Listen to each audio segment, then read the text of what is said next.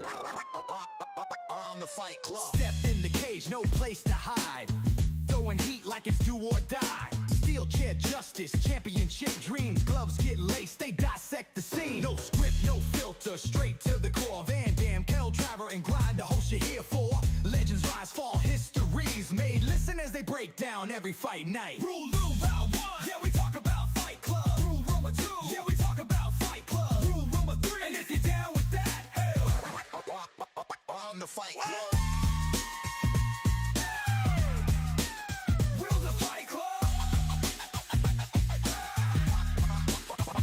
The Fight Club. Octagon battles, belts get strapped, heel turns happen, bodies get snapped. Boxing greats, wrestling hot takes. Who's on the rise, who's falling from grace? No script, no filter, straight to the core. Van Dam, Kel Driver, and Grind, the host you're here for. Legends rise, fall, histories made. Listen as they break down every fight night.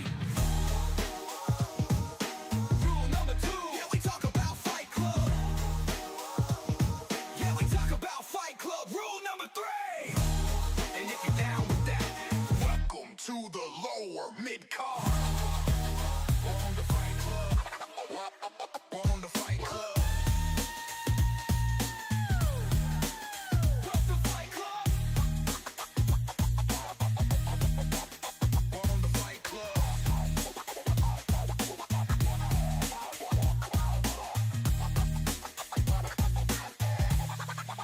On the Fight Club.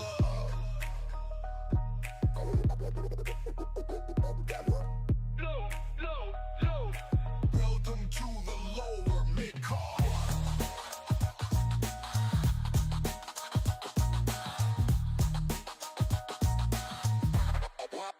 On the Fight Club. On the Fight Club. On the Fight Club. On the Fight Club.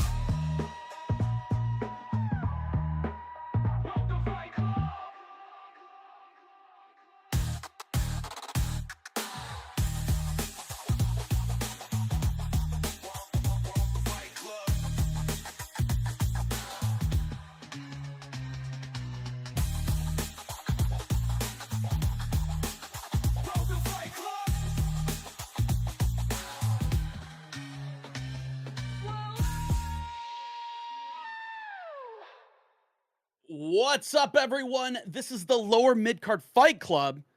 I'm Kyle Driver. I'm Brian. Van Dam. Oh wow, we gotta work on that. You got. You're on the top left. I We're know. going clockwise. Okay. Exit stage left, exit stage right. Let's go. Yes. sir. We have a few things to work on, but we are Yeah. we're making it happen, man, and that's what's Yeah. important. Yeah, let's go. This We're is alive. We are. We're alive and we're live at the same time. Both of them. The cool thing is this is new to us. You know, bit. the last time I think I said this is new was the first ever podcast we had done. So I think we're 2 years into this and taking a new ride, man. It has. And taking a new approach by being live is incredible, I think. That just means that, you know, I can't there's no room for cutting out when I pick my nose. Exactly. There's no cutting it out. There still is, because I mean, eventually this will go to a podcast form, right? It will be re-uploaded in a podcast form. So if there's fuck ups, there's fuck ups. It's gonna But happen. for all those people watching live, they'll see him digging up there for gold. It's fine. Bloopers at St. the Patrick's end. Day is on Monday. It's fine. Yeah. Tuesday. Yeah, Tuesday. Every Tuesday moving forward, 6 p.m. Pacific time, we will be here in some form. That is the case. Yes, sir. And we will be talking about the things we love, which is pro wrestling, you know, the WWE primarily. We're trying with the AEW, but we're struggling. Yeah. Yeah. I mean, it'll be interesting to see what they do. It's nice seeing them branch out for opportunities on where people can watch their premium events, right? They just had the deal with Amazon Prime to Huge where deal. the premium events will be up for purchase. Now, who knows? They may go the route at some point to where, you know, it may be a smaller subscription to where you get access to other content, so that way you're not having to, throw $50 like you're back in 2005 trying to watch pay-per-views and shit. So, Yeah, and yeah, Yeah. and to follow that up, I mean, we're not just here for pro wrestling, we're here as well for mixed martial arts and boxing, who are in that archaic way of the pay-per-view model. They are still stuck in that form, and it's been very lucrative, but it's gotten to a point where it's kind of stupid. I'm not gonna lie. You had $60 events when I was growing up that eventually became $75 events. Then Now we're closer to freaking $100 events on a It's- normal it's basis. ridiculous. Yeah. And what's very interesting as streaming has taken over, app-based streaming has taken over, we are seeing more and more live events using platforms like Netflix or Prime, and recognizing that their content can thrive on an app-based service without having it be a pay-per-view model. And we're seeing that really with the WWE, whose parent company is TKO, who owns the UFC. And since we are a little off the rails, but this is a great way to kind of start this beautiful podcast. The UFC, Dana White has said recently that he is open to the idea of it becoming a premium live event versus a pay-per-view. And I think that's all because of what the WWE has done. They continue to break ground with, the Netflix, but they've shown that being on Peacock, they can be successful. Yeah. It's there, and WWE has always been the pioneer when it comes to things like this, right? Like time after time, they set the standard on how to watch sports entertainment. Exactly. Right. So, it'll be interesting to see, it could be, Dana White looking at how, the WWE is doing things, and then they will follow suit. It just makes more sense that way, right? It does. I mean, especially if you're all under the same umbrella, a little consistency, some continuity, never hurt anybody, and it goes a long way, especially when it comes to people like me. I don't watch boxing. I did watch the Jake Paul Tyson fight on Netflix. The circus, right? dude. Gotta have the listen, if you're into soap ops, you gotta have the circus. So, but it would make it easier for someone like me to consume that content without having to shell out $50, right? 100%. So I think it's, as far as the health and growth of sports entertainment and combat sports, you kind of have to adapt. Otherwise die, right? Yeah. And I would, and not saying that UFC would die. Like, I think UFC is to the point where it's too big to fail. But when you want to, like any other company, they want to be the best, they want to be the pioneer, they want to innovate, they want to do whatever, you kind of have to do that. Well, in an argument to your point of them failing is the idea that they are being restreamed, pirated in thousands of countries in thousands of ways, right? So if they take a premium live event deal through an app-based service, their money's up front, right? So I mean, it's all based off subscription services versus it being based off of numbers for that one event, so it's a much safer safety net, I think, to go down the PLE route, because you're gonna have less people who are pirating your content, especially if it's on a platform like Netflix. Or Peacock. It's if you're on a massive app-based service platform like that, you got to think of all the normies who are not interested in paying that pay-per-view, who are just casuals, who are willing to tune in but just not willing to pay that, right? So yeah, I wouldn't say they're failing, but I would say the model of pay-per-view in this digital age is archaic. Very. Oh, 100%. Very. Yeah. And I from what I'm looking at here, I mean, per event, it looks like UFC makes like anywhere between 20 to 25 million per event. Which is, I mean, that's buckets right there. Yeah. So, well, you think about somebody like Netflix. Netflix, they've made deals with, I think today I read they made a deal with Tony Hinchcliffe and Kill Tony Yeah. as bringing that on as a live podcast each week or something along those lines, and that's a massive deal. So they're definitely willing to keep adding on, and TKO, they can see the numbers. Obviously they have the analytics of the pay-per-view model and Right. the PLE, so I think it's just a matter of getting, you know, the UFC caught up. Now boxing I feel like is going to be archaic till the end of time. My thing with boxing is if they don't start to really, the whole Jake Paul, like Mike Tyson thing back, you know, when all that happened, obviously Netflix was not prepared for it in the right way. Obviously, we know how the live went with that. People could not get it to stream. They couldn't do anything. But I think with boxing, the biggest thing is if they don't start pushing out events like constantly on streaming platforms like Netflix or Peacock, it's going to continue to go in a downward spiral because no one gets excited enough for like regular boxing matches unless it's like big time fights like Right. Canelo and other things that are going on. That's what we want to see.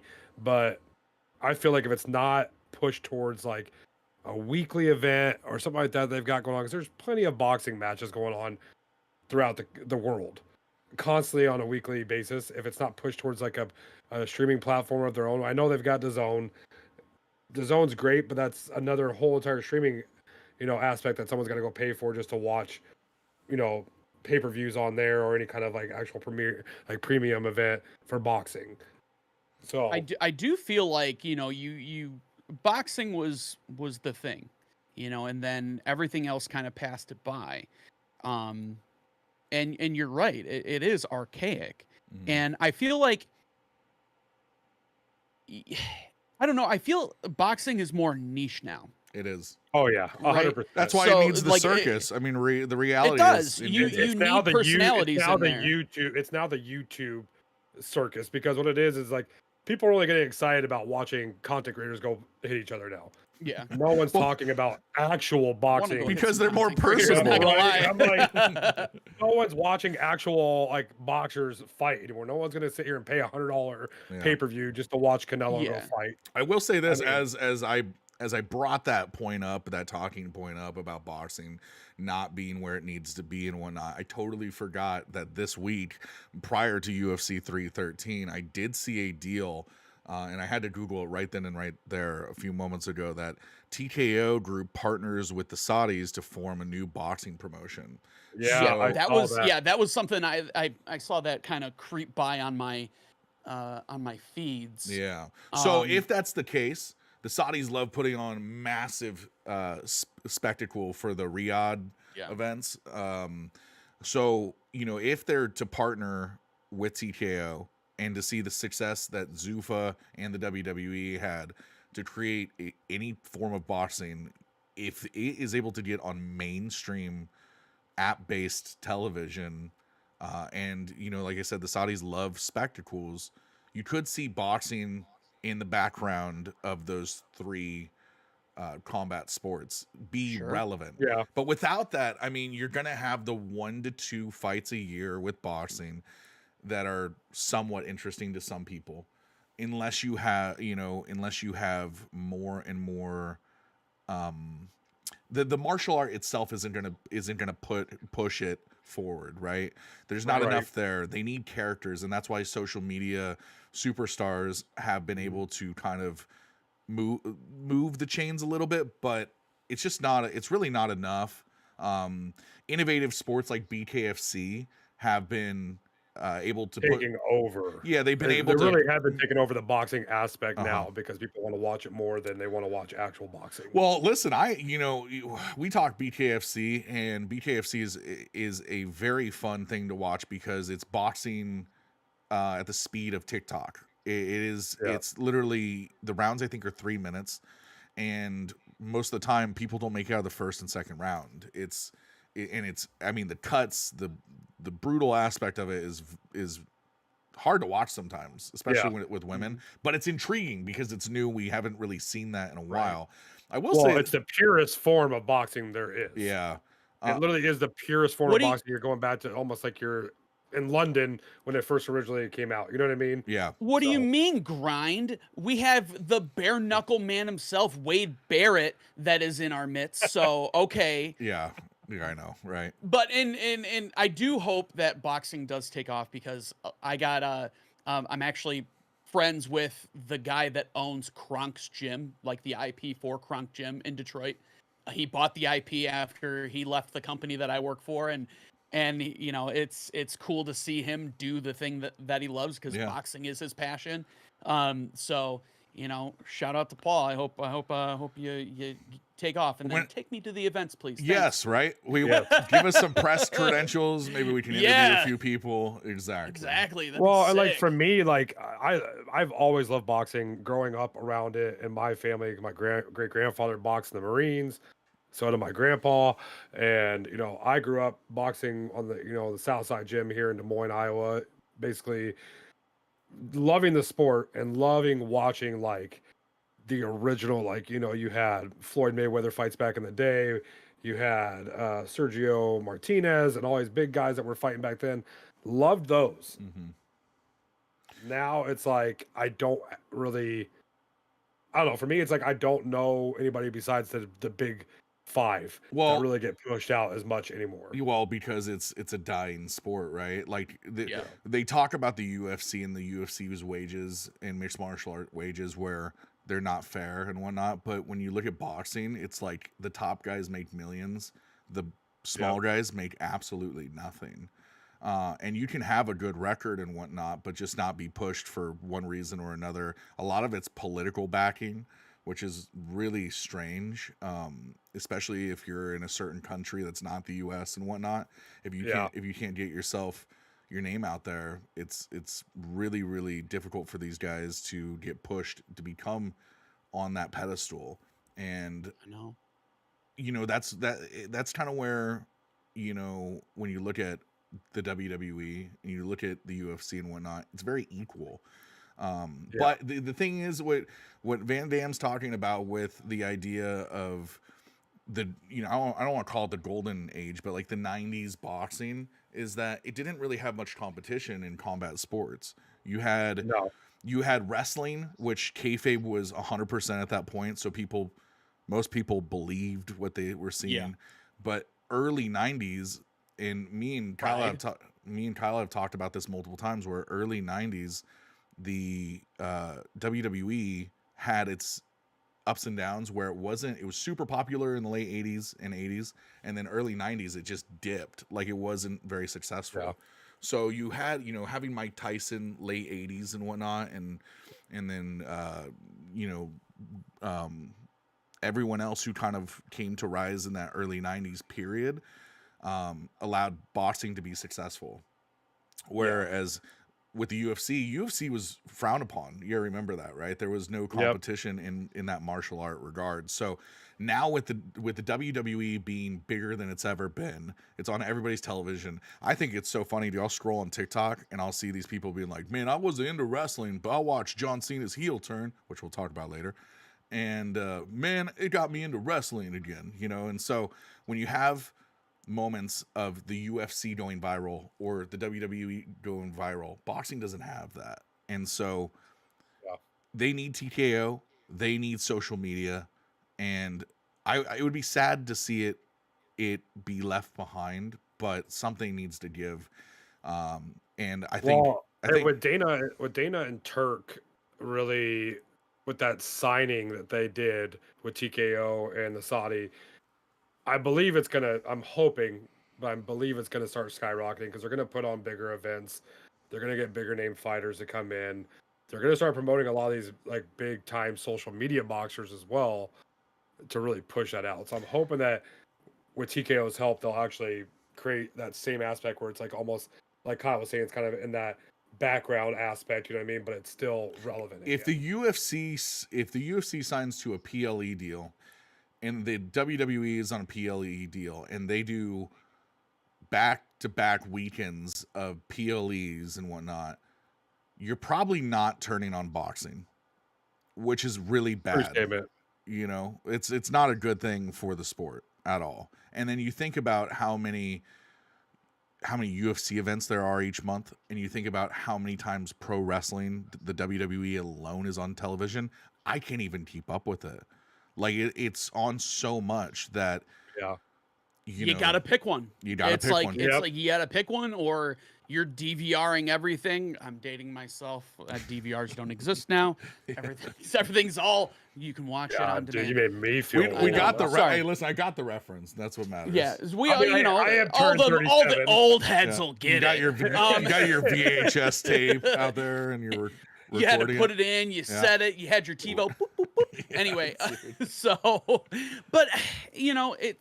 You got to pick one, or you're going to be sitting there binging the entire weekend, and then the weekend's done. So there's Yes. a lot of fucking shit out Yeah. there, and you just got to kind of pick and choose, which sucks. But it's also a land of the plentiful. And you Well, know that's what? why we got 3 of us. Yeah. Because we got to keep up with everything. So it's Yeah. like, That's exactly what So- we talked about right before this, is that with having 3 of us, there's more time to catch these little things like TKO making this deal, or this boxing deal. Like I just remembered it the moment I started talking about bringing up boxing. It's like having one of us catch that is definitely going to make this easier, because we can't watch all of it. However, with that being said, we have narrowed down today to 2 major events that we haven't been able to talk about, and now we're finally able to talk about them. So this is the fun part. This is where we get to jump in, recap, and react to 2 plentiful events that had moments that were pretty crazy. yeah. Did you see, but real quick before we even do that, Damien goes, the 8 tracks when you had to rewind it back to the start. There you go. That's a dated Yes. 8 track Yeah, it is. there. That's Man, crazy. I remember me and my Walkman in 1994. I was 4 years Hey, old. I had a Walkman. Yeah, You were 4 years old. I was yeah. So I was 4 years old. It was like a kid's version, but I had I one. might get off this freaking live right now. 4 years old in 94. Hey Okay. man, it was a good time. bro. Good time to be alive. Right. We had the Yeah, it was. candy cigarettes. Oh my gosh, I remember those. You had to go like collect them because they had like the little Indian like logo symbols on them and Yeah. stuff. Okay, Yeah. I'm getting off subject. Kyle knows Yeah. when I derail, it's a problem. It can go on. Enough. No, I'm Okay. just kidding. Hey, but that's why we're live weekly, because we can Yeah. do more of the off the rails. Yeah, absolutely. Oh yeah, Absolutely. 100%. Okay, so with that being said, let's start 2 weeks ago.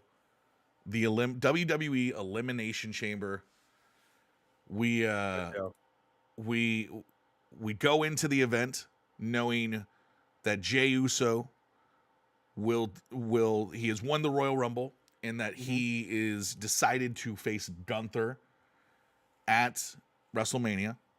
So we have one spot.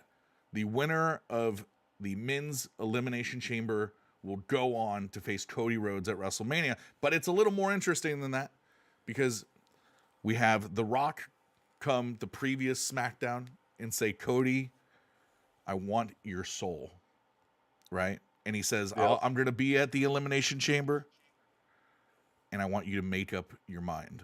Do you want everything? I can give you everything, but I want your soul. So Can we add like the from the Nightman Cometh? You got to pay the troll toll if you want You're right. It was a very, that interview, or that moment between Segment. the segment was very just cringe. Yeah. I wasn't a fan. I was like, where are they going with this? I think that just might be because like we might be sour grapes on the Rock at this point, just because like with his stupid fucking people's championship belt that he carts around everywhere. He stopped. Just, like, He stopped carrying it though. Finally, Yeah. Finally, I was wondering. I was like, I wonder if there's like a prop bet on this, if he comes out with the belt or not. Oh my god! And I'm glad that I didn't, because I would have lost money, because it wasn't. I think he's just cringe now. I don't know. Yeah. I can't explain it. Even my wife, who has no skin in the game whatsoever, she goes, I can't fucking stand him. He's so Yeah. annoying. Go back to Hollywood. I'm like, ma'am, you don't even watch this shit. I feel like they're just trying to push him so hard. Like, I mean, obviously I know he's part of TKO, but they're just trying to push him so hard. like keeping him relevant on top of also trying to like get people to be like, oh hey, the old heads are gonna come and watch The Rock and Cena and yada yada yada. So it's like, but yeah, I agree with you. That freaking People's Championship belt was annoying as shit. Yeah, that was Like, it was a very was so weird annoying. it was very weird seeing that the People's Championship belt was to honor Ali getting inducted into the Hall of Fame, and Ali's wife gave it to him because he's the People's Champ. I didn't really understand it. I didn't get it. I didn't get it. It ended the Hall of Fame, like that's how the Hall of Fame ended last year, which started out like amazing with the Paul Heyman, situation, and then went 4 hours deep into people were getting carded, like 90-year-old wrestlers were getting carted out there to say things for an hour long, and I'm like, dude, I can't watch this anymore.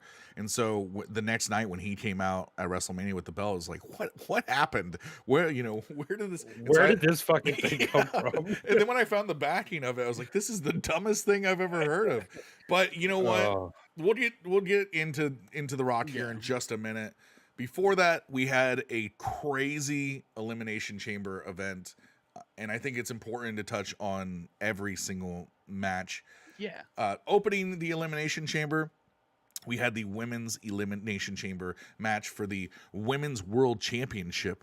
Yes. It was Bianca Belair versus Alexa Bliss, Bayley, Liv Morgan, Naomi, and Roxanne Perez. Now, I texted Kyle back and forth.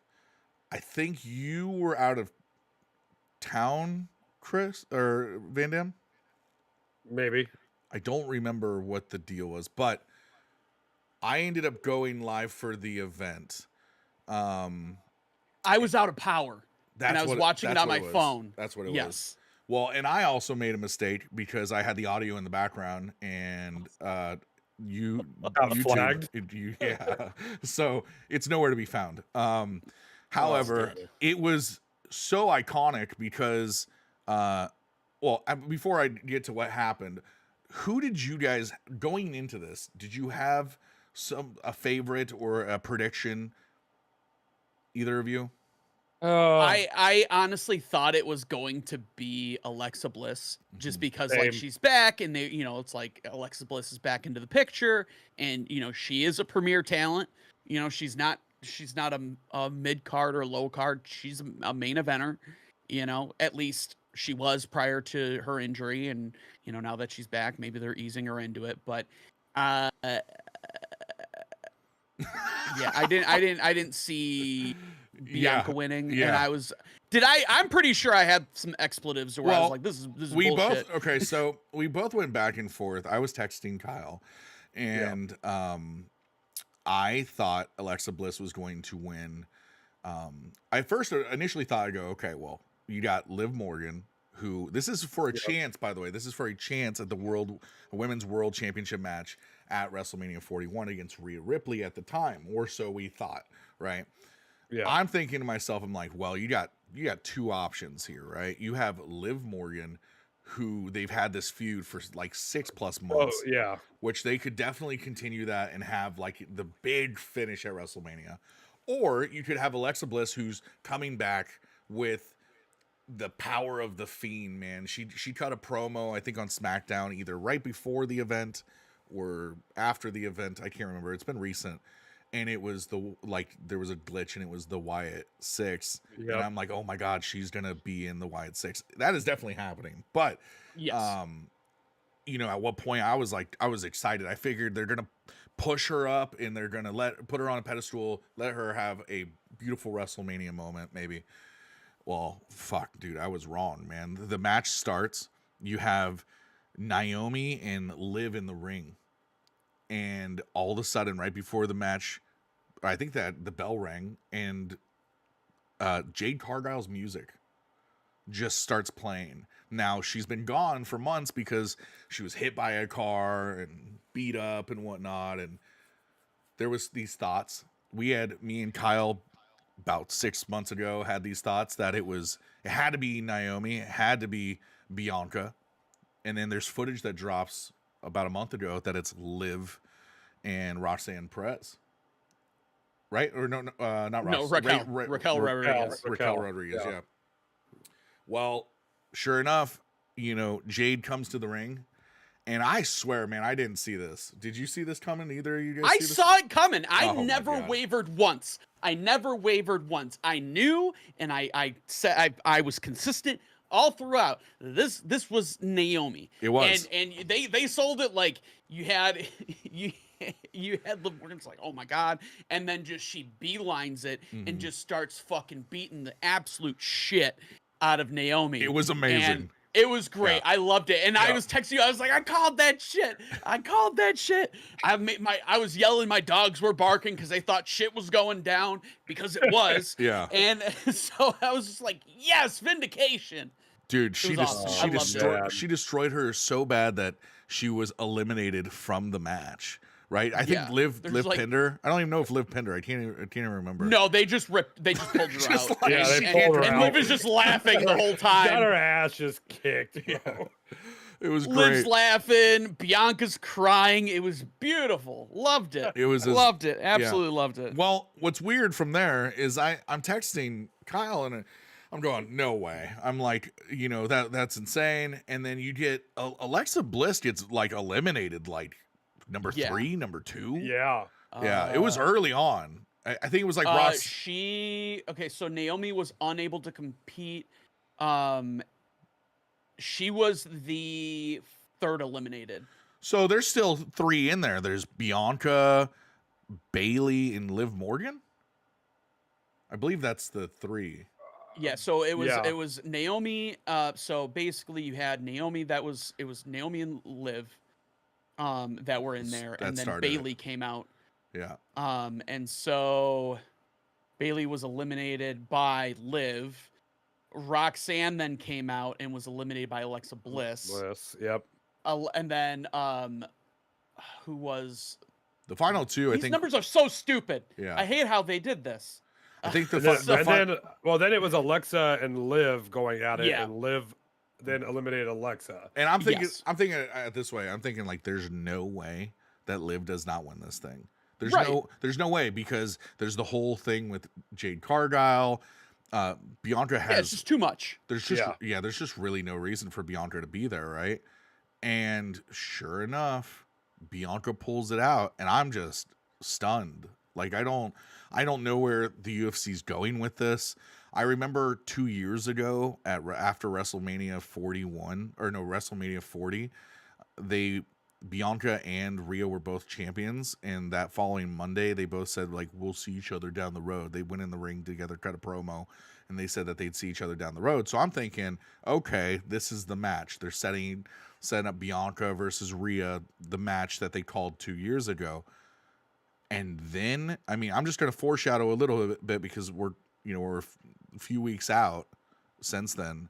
Io Sky takes on Rhea on the following Monday and beats her for the championship. So now you have Io Sky, who I've said it 1,000 times, has done nothing in her last title run. She's not really good on the mic.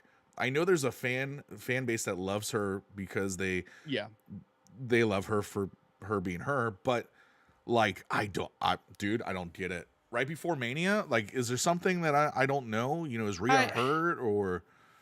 No, I do think that it's going to set up for a triple threat at Mania. I do think it's going to be Io, Bianca, and Rhea. Well, the way she won was with Bianca technically interfering. The way Io won was with Bianca interfering on that Monday Night Raw where she had hit her on the back, and it was the referee's discretion. Yeah. Which I think was an error by Bianca live, and so they just kind of ran with it. Yeah. But I hope you're right. I hope you're right, because that would make the match way more interesting. I'll tell you, that Women's World Championship match at WrestleMania, I was telling Van Dam about this bathroom break match. That's my bathroom break match. And you know what? You can kiss my ass if you think it's a women's thing. It's not a women's thing. It's a fucking, I don't care about either of those people wrestling each other. there's no story there. Like unless you No. can make something out of nothing in the next 3 weeks, I just don't see it. I'm not seeing it either, especially after this past week where Yeah. you had the segment with Naomi and Bianca, and it was just a bunch of just ladies screaming at each other, and I was just like, "This is I don't like this." Speaking of ladies screaming at each other, the following match was Tiffany Stratton and Trish Stratus Yep. versus Nia Jax and Candice LeRae. Nia Jax has the worst scream. I don't know, Oh. dude. I Oh! Do you remember that? no, dude, your mic No, cut out. okay. Your So, mic- oh, did it? Okay, okay. So there was a point where it was years ago. Years ago, she dropped down on the outside of the ring, like just butt on the corner of the ring, and she jumps down and she's holding her ass and she goes, "My hole!" And it's a meme. It's a meme Oh, out there. man. It just you can, with the power of editing, boop, Yeah. boop, boop, boop, my hole. Add it in there. Anyway, Oh, add it in there. goodness. Yeah, it's just I Hey, don't get it. can you, as a wrestling aficionado, Kyle, can you add in why Candice LeRae was in that match? Can you tell me why? Because I don't know. Candice LeRae basically took over as Nia Jax's lackey. Oh, the Tiffany Stratton. Yeah. So Okay. that's it. Like they gave her someone. Yeah. And the whole thing is that they brought it. So it was a throuple, right? It was Nia Jax, Candice LeRae, and Tiff. Tiffany. And so then you saw Candice LeRae kind of getting in there, and there was a wedge that was being created, and ultimately pushed Tiffany out, resulting in her cashing in, and boom. So like I think that was just like the natural progression of whatever that was. Candice LeRae is now just the throwaway to Nia Jax. Any theories? Any theories from either of you going into this match? No, I Not thought really. I thought it was a clear and straight just gonna be Tiffany and Trish, because it was in Canada, and you have a legend that's in the ring, so you're not gonna have the legend lose. So Man, I wish my brain But- worked like you. I immediately thought, Trish Stratus and Lita. I still think about that. I still think about how Oh. Trish. I know you were texting me about it. Yeah, I was very there. Listen, there's really not a whole lot of reason to have Trish there other than exactly what you said, Yeah. that she's Canadian and whatnot. My brain goes to, oh, it's near Mania. They're gonna set up a revenge match for Lita to get hers, from Trish, because when Lita left the company a year ago, she ended up hurting. Trish ended up hurting Lita, and they never really finished that story. I mean, that was the end of that storyline. Was Trish was a heel, and she ended up, making it to where Lita couldn't compete, and then Lita just disappeared. Yeah. Obviously, that's the end of that story, unless Yeah. they do something down the line. I'm still hoping for. I'd love to see that happen. I think you are 1,000% right in the idea that you can't have the baby face from Canada lose. And it's a way to help Tiffy Time put her on a pedestal, make her the golden girl of the WWE. Exactly. That was the bathroom break match of that night for me. It wasn't bad, but it wasn't great. It was nothing to write home about. Yeah. Following that, though, might be in my opinion, one of the craziest unsanctioned matches I've ever seen. And we'll go into that in just a second. We had Kevin Owens versus Sami Zayn. And, before we say who won and whatnot, when I think of an unsanctioned match, I've never really heard them put into detail, like the announcement prior to the match that WWE doesn't condone or isn't liable for any of this. Like, they really went deeper into the idea, like, hey, we're not backing this, but we're doing this thing, to the point where they even they turned off all the stage lighting Like, it Yeah. was, I was so shocked. I was like, wait, so hold on. I get you're not liable, but you're just gonna turn off all the all they had was a Yeah. spotlight. That was it. Oh man. Yeah, it's an immersive experience. I just thought it was kind of funny because it's like, hey man, you're still hosting the event. You can fucking keep the lighting, dude. You know. I mean, it's the WWE. They got to tell a story. Is Kevin? They got to have Is Kevin Owens the king of hardcore right now? probably. would I think say Kevin so. Owens. Kevin Owens is probably the hardcore guy right now. Yeah. Yeah, That's back-to-back matches that he's had that have been really, really. he definitely earned some time off. I'm telling you, Dude. watching him get slammed to that ladder a couple months ago. We were talking about that. The one where he was like just like folded oh over, my god, dude. and I saw and him it snapped, grind and it was that, just like I was like, dude, I thought his neck broke. I'm like, I thought he was dead. Yeah. I thought that's I'm like, real. I just That is witnessed the not- murder. That is No. real beyond real. Yeah. No, that's the I mean, thing. his head gets stuck in the wrong area of that ladder. You're done. You're done. Yeah. I was like, holy shit. Game over. I think the highlight of that match, if I remember correctly, was Randy Orton. Yeah. His return. Randall Yep. came back. Yes. Which Randall. is exactly 1 year from when he returned. So he made a second return already in 1 year. that's the And game. man, listen, that's what happens when you got an old vehicle. You got to Yeah. do a lot of maintenance. Yeah. Overall, Needs like 6 weeks to recover. yeah. Sami Zayn is going to get some time away, from my understanding. Kevin Owens, on the other hand, I think we're going to see the inevitable, which is Randy and Kevin. at Mania. And where do you go? This is the question to the two of you. Where do you go after an unsanctioned match? Because you know Randy Orton is going to take this at Mania and make it a much bigger spectacle than an unsanctioned match. Because if you remember years ago as a heel, and we're not talking that long ago, when Edge returned and Edge had that, I believe it was an unsanctioned match with Randy. And that match ended up on a fire truck in a parking lot. What do you do with someone like Kevin Owens, who is on this hardcore road of just a nastiness? I mean, these matches have been really dangerous. And you know somebody like Randy Orton who has gone to those levels before. I mean, he literally lit Bray Wyatt on fire in a live match. I could not believe what I was seeing. Now, we're not talking about Kane getting his arm lit on fire. We're talking about Randy Orton lighting Bray Wyatt completely on fire in the match for minutes at a time. You know, what do you see between Kevin Owens and Randy Orton at WrestleMania? I'll tell you. It's gonna be on a giant runway, okay, like at an airport, and you're gonna have a wrestling ring on top of a giant flatbed truck, and the truck's moving. So that's that's the next match.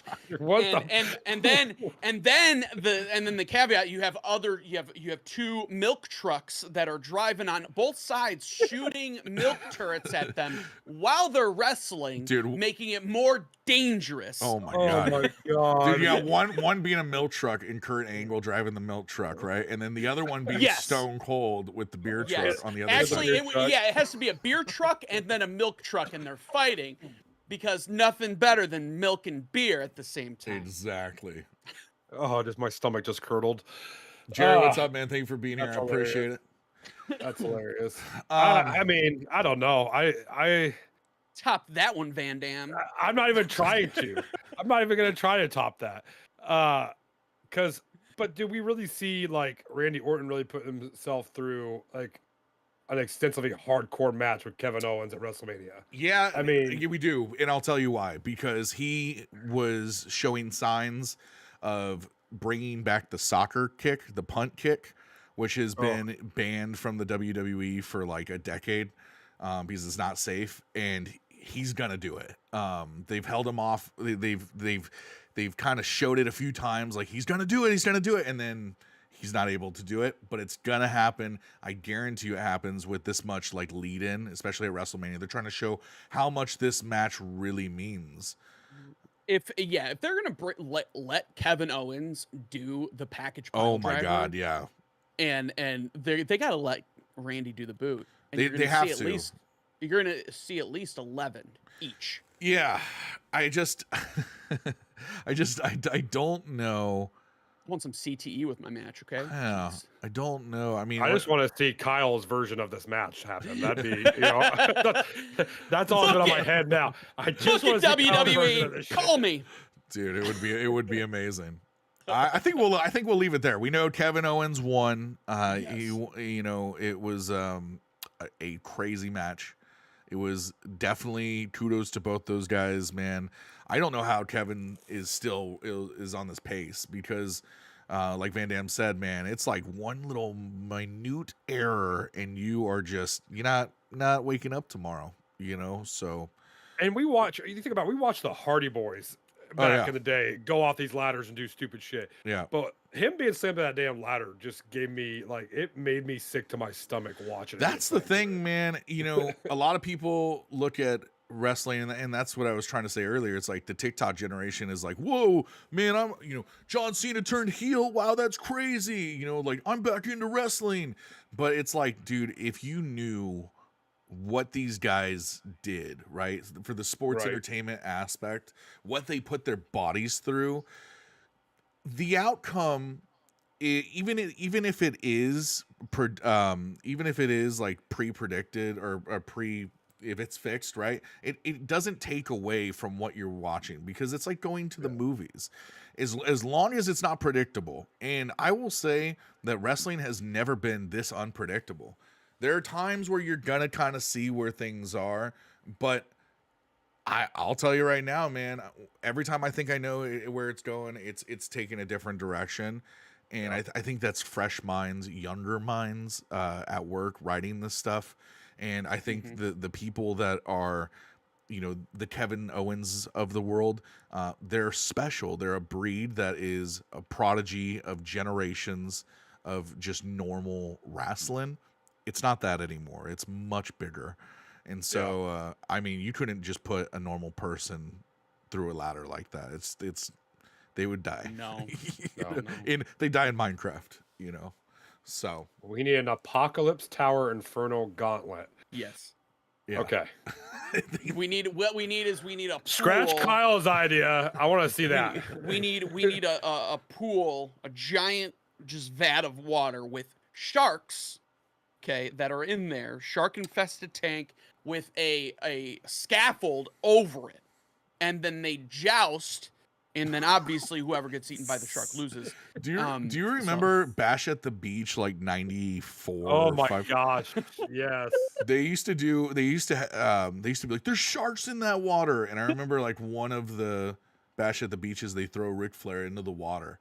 And they're like, oh, he's going to get eaten by sharks. And then Sharks. Yeah, and then it's like end of the show. And as a kid, I was like, oh my God, like Damien says, nah, they need to fight a kangaroo. I will say that some of these wrestlers will sell that. Like I was at I don't know if y'all have ever heard of Shikara. It's not a promotion anymore because, sometimes people do shitty things and it ruins things for everybody else. But there was a wrestler that just got completely destroyed. He was like one of the ant wrestlers. I don't know. It was like a lucha ant or whatever. I don't remember. His fire ant. He got destroyed and he laid there in the middle of the ring, lifeless, while everyone left. Like he laid there for a good 50 minutes while the entire place emptied. It was great. I love it. I love that shit. That's dedication, man. Yeah, dedication. Dead for 50 minutes. Not moving. Just not laying there moving. for Just 15 minutes. fire ant in the middle of the ring, just dead because Everybody else is demolished. leaving. The janitors are all sweeping up the popcorn. They're poking him with a stick. Are you good, bud? Oh man. Oh, man. Talking about kayfabe and heels and good guys and bad guys. We had our main event of the WWE Elimination Chamber 2025 between John Cena, CM Punk, Damian Priest, Drew McIntyre, Logan Paul, and Seth freaking Rollins. Now, every single one of them have their own direction, their own story that more than likely would be told headed to WrestleMania. The question leading into this is, what is that story for each one of them? And as we saw with each one of them, we got to see progressively what their stories going into WrestleMania were. Kyle, you want to touch on that at all? So, I mean, which one? Well, mean, let's start. where Let's do start we- with who got eliminated first. I believe the first person that got okay, so it started off with Drew McIntyre and Damian Priest. Yep. Okay. So they wrestled, and then it was Logan Paul was the third. Yeah. Okay. So Damian Priest was was eliminated. No, Drew McIntyre was eliminated by Damian Priest. Yep. I think. That sounds Yeah. about right. The way that this Yep. graph looks it doesn't make sense to me. Drew, okay, and then you had Logan Paul eliminating Damian Priest. And then you had CM Punk eliminating Logan Paul and Seth Rollins. And then that left us with John Cena and CM Punk at the end. Right. So obviously Cena's doing his return. Well, we'll get to that. Get to that in a second. But like the other matches that we kind of found out, kind of regarding the situation with the other people that didn't end up winning the match, right? So like for instance, Seth Rollins and CM Punk, their feud never really got handled right then and there. So we can talk about that here in a minute, because that ended up leading up to Monday Night Raw, which was yesterday. Logan Paul, I believe Damian Priest and Drew McIntyre now have unfinished business. Logan Paul, I'm not sure where he fits in the mix. I haven't really seen anything. I could have missed it. So he doesn't have really any connections. He tried to with the whole CM Punk thing, and it didn't work. I think they ended up scrapping that, and they diverted him to AJ Styles. That's right. That's right. So now him and AJ Styles are now kind of feuding. And that was last week's SmackDown, right? Like AJ kind of, I believe Logan was cutting a promo, and AJ came out, and that's kind of what they're looking at. And you can kind of see they're trying to build a story towards WrestleMania. So the one thing that's very interesting about, this entire situation is every single one of them had their own, or is having their own direction. We, like you said, the Damian Priest and Drew McIntyre, that seems to be kind of the feud. The Logan Paul, now he's got AJ Styles. The Seth Rollins and CM Punk situation, and then the John Cena situation, which we'll get to in a minute. I think we end with that. The CM Punk and Seth Rollins situation is they've hated each other. Well, Seth Rollins has come out and said he really doesn't like CM Punk. Yes. And this has been a thing. Like, this is not, from what either Seth Rollins is the best at kayfabe, or this is a real thing that's been going on for like a decade. I think that now, they are frenemies. I like that. Okay, like they're working really well together. I think they both have the right, the right ideals in mind. They're putting the brand first. But I think the benefit to their past is that they're able to tap into that, right? Like when they're in the ring, they can tap into that and be like, I fucking hate this guy. So, So seeing what we saw at the Elimination Chamber and knowing that feud continued and kind of really allowed, it didn't really allow John Cena to, it did allow John Cena to capitalize and win, because Seth Rollins was there and made it very apparent he didn't want CM Punk to win. Knowing what we know of CM Punk and Seth Rollins, we know that on Monday night they had a steel cage match. And this is all coming out of Elimination Chamber. Seth Rollins wanted to finish business with CM Punk. And, CM Punk stating out of hell in a cell with Drew McIntyre. Oh, I don't know if you remember that build-up, the vignettes they were talking about. Like, man, we've been in these cages before. We don't want to do that again. I find it so funny that CM Punk is once again in a cage. Yeah. I didn't see the match. I only saw the highlight. Banger. Okay, well, there you go. You want to touch on what happened and the narrative coming out of that? The match itself was just, you felt that they hated each other and they both wanted to just end it. They wanted to really just bury they wanted to bury each other, right? And so, do you want me to go into like how it actually like they started doing okay, so they took each other's special moves like several times, and then they started copying each other's moves, and it was just no sell after no sell, and just kicking out, and just it's like the story that was told in that match did a really good job, because I can usually be like, oh, I know, this is how it's gonna pan out, but blah blah blah. I was on the edge of my seat watching the shit, because like it's like, oh my god, who is gonna win? At that moment I had no idea who was gonna win, but then how it finished, right? A certain someone came out, because what had happened was, I think it was CM Punk opened the cage door at the end, right? And he was about to walk out, and then Seth Rollins was like, no, you're not gonna do it this way. You gotta earn it. You gotta take this, blah blah blah. And then at some point, they're by the door, and out of nowhere, Roman Reigns, and just snatches Seth Rollins out. Right? He just snatches him up and just starts beating the shit out of him outside of the ring, which consequently he ended up winning. Yep. CM Punk losing, right? Yeah. And so chaos ensued. Here's the question, I guess, out of that situation. The last time we saw Roman was at the Royal Rumble, and it was all three of them going over the rope, right? Mm-hmm. Yeah, he was mad at Seth Rollins. So he waited a month. Yeah, he was waiting. He was waiting. So, he just happened to be in the same town. Yes, he was there. He was waiting. But then it doesn't end there. Did you see what happened after that? No, I did not.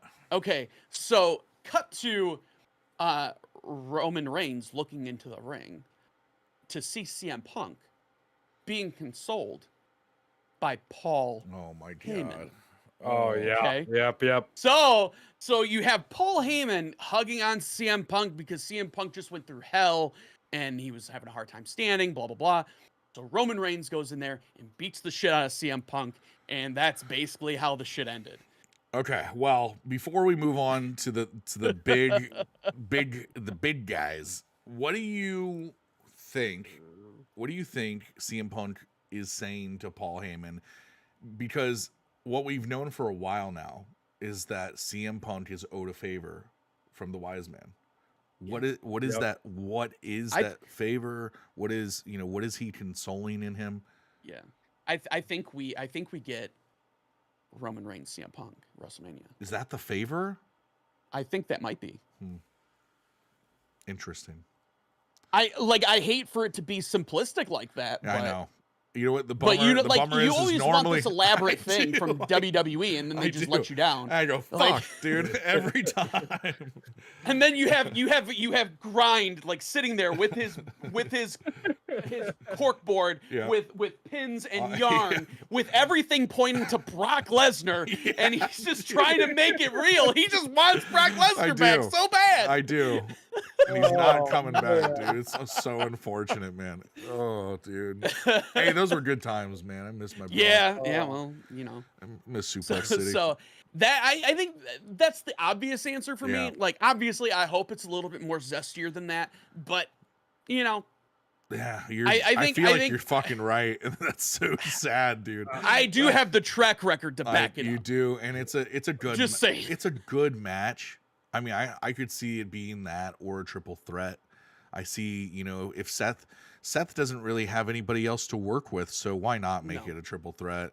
You can have the Seth storyline with Punk and the Seth with Roman and last year's WrestleMania. It's like you can do all of it. So let's so do you can all of it. have a nice match with them. Yeah, it'll be fun. and, It'll be fun. Maybe they'll add a fun stipulation or something along those lines. Moving on from that is the final tie-in, which is the John Cena arc, the change that maybe did you see coming? Did either of you see this coming? I had no Yeah, I had fucking no idea. clue. No. None. Hell, Zero. It was hinted.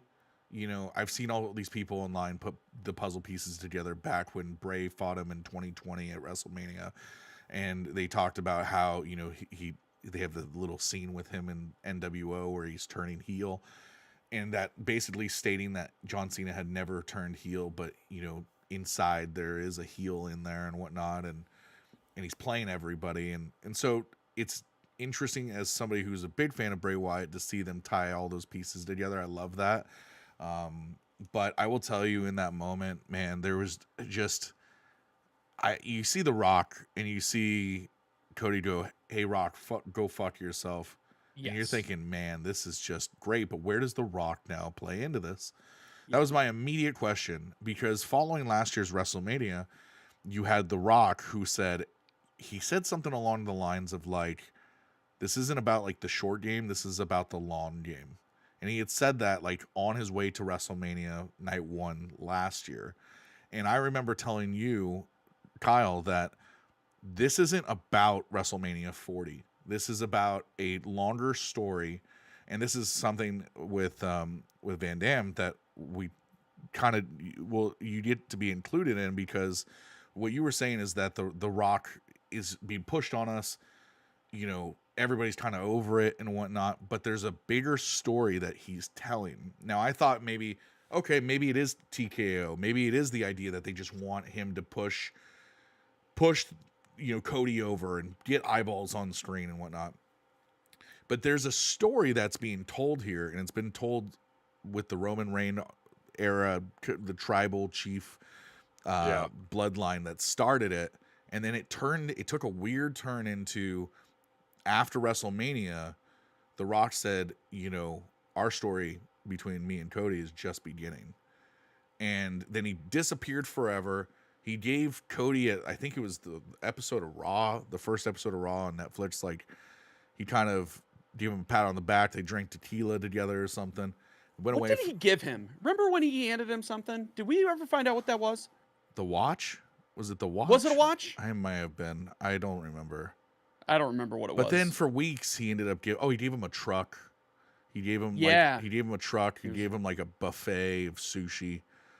He's like, you know, and then it comes out that he wants his soul, and I'm thinking, you know, where is this going? Like, what are we getting? The corporate Cody? Is that what's going to happen? And then Cody, you know, does the one thing that he says, "Go fuck yourself." And I'm thinking, okay, you're going to have, and I told Kyle this. I go, oh my God, he's a genius. They're setting up for icon versus icon versus icon. 3 generations. Cena, Rock, Rhodes. And that match is just insane, right? You got to have the Rock wants to. You would think he would want to wrestle and whatnot, but then the weirdest turn I've ever seen in pro wrestling, and I don't know if it's just because it is Cena or it just feels weird in general. I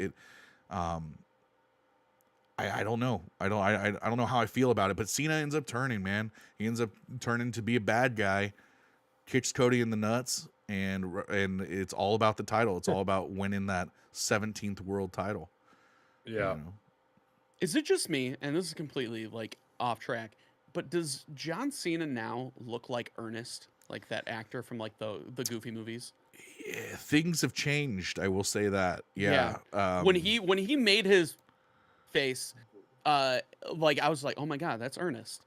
Yeah, he's the fucking The Ernest. fact that you just shared the image. Yeah, I with shared us the in picture. Discord Yeah, makes it even better. Yeah. Because now I'm looking at it like, holy shit! I can't unsee it. No. he's my God. He's kind of hunched over now.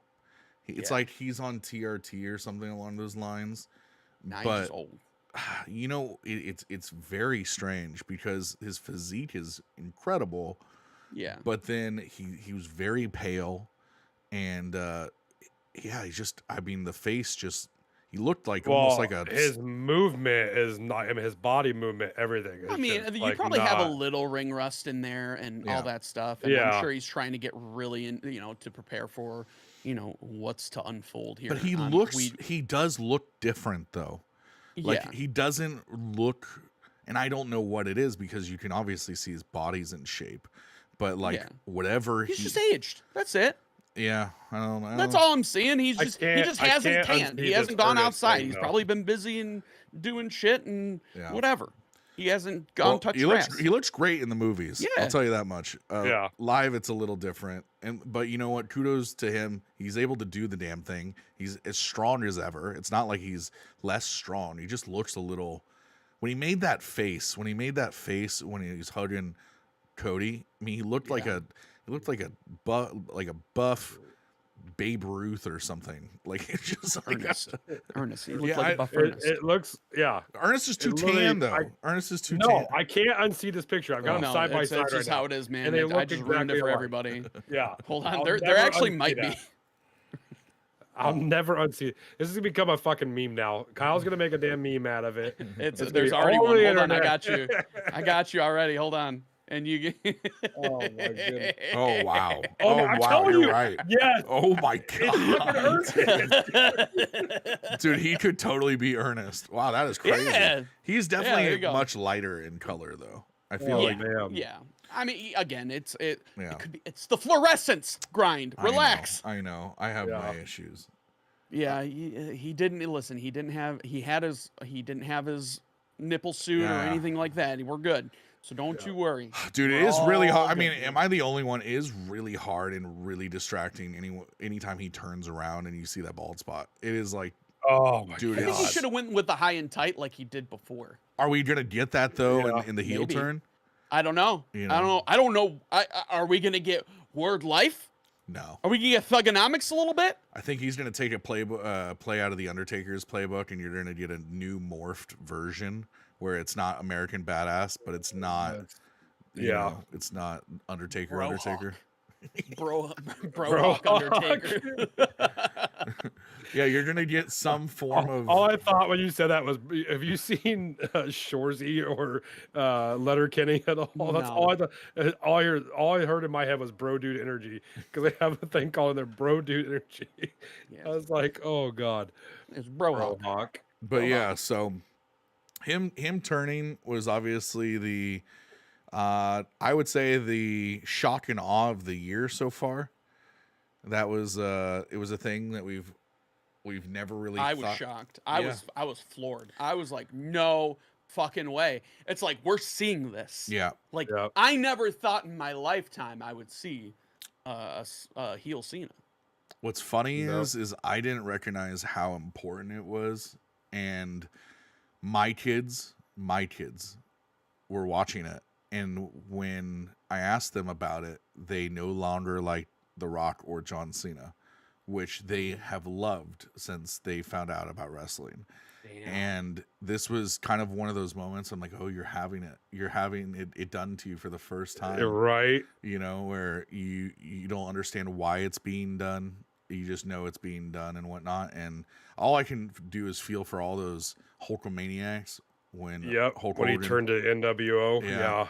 you know, Oh. but it's weird because John Cena and The Rock have been these mega movie stars. To be in something like Moana and then to be the final boss in the same year is kind of fucking whack. Bro. Right. I don't know how else to put it, but to see a child's face not be excited and be a Cody Rhodes fan, not a Cena, not a Rock fan, blows Well, did my you mind. see the pan that they shot of the kids that had Oh, like I can- all John Cena stuff on, Yeah, and like just the faces they were making? I was like, montages your on heart- montages my heart on as a TikTok, dad, I was bro. like, oh, I Yeah. feel for you. Yeah. But at the same time, you now know what we felt like Yeah. back It's like, then. oh man. And you know what? It's very rare to see that nowadays. So Yeah. it was it's a great moment for the WWE. It's a great moment to be a fan, and Yes, sir. if you're in on it like we are, you know, the Cena turn is exciting because it's like, what does that mean for WrestleMania? What does the Rock's character now mean, right? Is it what Van Damme said? Is it just there to push eyeballs on the screen, or is it there for a much bigger purpose, right? So Yeah. Only one way to find out. yeah, we're getting Gotta close, continue man. watching. We're getting close. And then between that and now, we've talked about the Io Sky taking the women's world championship from Rhea. We don't know what Rhea's plans are. We'll find out in the coming weeks. Nope. Roman. I mean, we have Charlotte and Tiffany Stratton at WrestleMania. That's Yep. going to be a great match. That's gonna be great. We didn't really talk about Royal Rumble too much, but yeah, that's the one person that we didn't talk about. I thought that was a very interesting choice, Charlotte Flair. But you know what, dude, she can perform. She looks good, and then to have Tiffany right there with her, I think that's yeah, absolutely changing of the tides. It's a great moment. We have LA Knight getting his U.S. title back. What? Okay, so that literally, when I saw that, it didn't make sense to me. What the fuck are we doing? What are we doing? Because this is the Io Sky situation all fucking over again. Last time me and you talked, it was when Shinsuke won the fucking title. He never defended it on a PLE.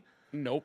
And all of a sudden, LA Knight fucking wins it back from Shinsuke. What are we doing? They didn't do shit with Shinsuke, and I think that they wanted to try it, right, and just see what would happen. It didn't catch fire, and I think they were like, no, we're giving that shit back to LA Knight. Fucking stupid, so dude. That's it. I don't think that they should have given it. He shouldn't have dropped the title in the first place, because I do think that when you have someone like LA Knight, they can elevate that title, right? He made that title relevant. It was important. It was important prior to that. It was. He was sitting there every week. He was sitting there doing matches for the U.S. title. He was, he was being a champion. Because when you have a mid-card title like the U.S. title, fucking title, like you have to be in constant. That contention. U.S. title, that U.S. title has such a funk on it, bro. It really does. It goes. There's moments where you have. What was his name? Austin Theory. Theory, who's become a lower tier card guy who I think he's actually in NXT now, who held that fucking thing for a year, beat Cena in a match that Cena should have easily won. And, he gets put over time and time again, sucks on the fucking mic, not interesting to watch. And then finally, I think he gets beat by Rey Mysterio. Oh. Yeah, Logan Paul had the U.S. title for a bit. Did Logan Paul take it from Rey? Yeah, he took it from Rey. Okay. Yeah. And that's when it became relevant, right? Because you started to see this stretch of time where it's like, okay, yes, Austin Theory had it, and yes, he beat some big names, but it wasn't like important. It didn't feel important. And it started to feel important again. And then you had the feud between Rey and Logan, but then the big feud between LA Knight and Logan that felt real, felt like mid-card level, a title. And then he loses it out of fucking thin air, dude. It wasn't Shinsuke Nakamura. It made no sense. No. It was, you're right. It was a dumb title drop too. He got like poked in the eye or some dumb shit. It was a dumb title win when he won it fucking the other night. Yeah. It was like, what are we? I mean, he did beat the shit out of Shinsuke, and it was like a very one-sided. It's just fucking thing. the whole thing's stupid, dude. And so I just don't know why they did that. It made no sense to me. I'm mad at that. But anyway, your boy got the title back. Yeah, he got his shit. I hope they treat it with respect this time. So we also have another U.S. champion that I think is doing a fantastic job. I think Chelsea Green is doing. You can sit there and go, nah, but Chelsea Green, I think, is doing a really good job holding a mid-card title like the U.S. women's title. Right? They've been. She's entertaining. I know you may not like her or whatever. Yeah. So I think she's entertaining. I think she does the role really well, and we have a new We have a new character in the mix with Alba Fire, right? So so this past Monday there was a United States championship match between Michin and Chelsea Green, right? Chelsea Green came out dressed up. She came out dressed up as Cactus Jack because it was like a hardcore match. So fucking. It was really cool. It was a good match. Stupid. But Piper was all fucked up because she had wrestled. Who did she wrestle? I don't remember. She wrestled somebody, and she got effed up, and then out of nowhere you thought Chelsea was about to lose it, and then here comes someone that's dressed in black. I thought it was a dude. Yeah. Because Alba Fire's tall. Yeah. Right. And so, kick in the head, Chelsea Green wins. It's Alba Fire. She salutes Chelsea Green. So it's looking like we got another Faction. Secret Service person. Hello. Maybe a little faction going it. on. I liked it. And, you can't take that from me. Yeah, I can't take it from you, and I don't want to, because you know what? I truly believe that Chelsea Green she's good. And we've talked about her a lot before, and I believe that she's needed a moment to shine, right? Right. But at the same time, it's just weird choices, dude. Like the Cactus Jack thing to me was like, what? Like, Yeah. I don't know. But hey, I'll tell you this. I believe that there's a lot of big name people like a Bailey and whatnot and a Naomi who I'd love to see at the mid card level for the new Intercontinental Women's title and the Women's US title. I actually really like that. I wish they'd stop presenting them as main event women, because I feel like the women's main event scene could be so much better. There's so many women who are up and coming and really have a lot of talent. And some of these people, because they've been around longer, obviously they're getting that 10-year aspect where they're main carding, which I think is actually hurting some of these women's matches. Like, we've had our talks multiple times about Nia Jax. I mean, fuck, go to the mid card. Like, nobody wants to see, like. And I just don't want to see her on the product at all. I don't think she's good for the product. Yeah, no, but I'm just saying, like a Bailey, for instance. Like, you haven't. I think Bailey would be good.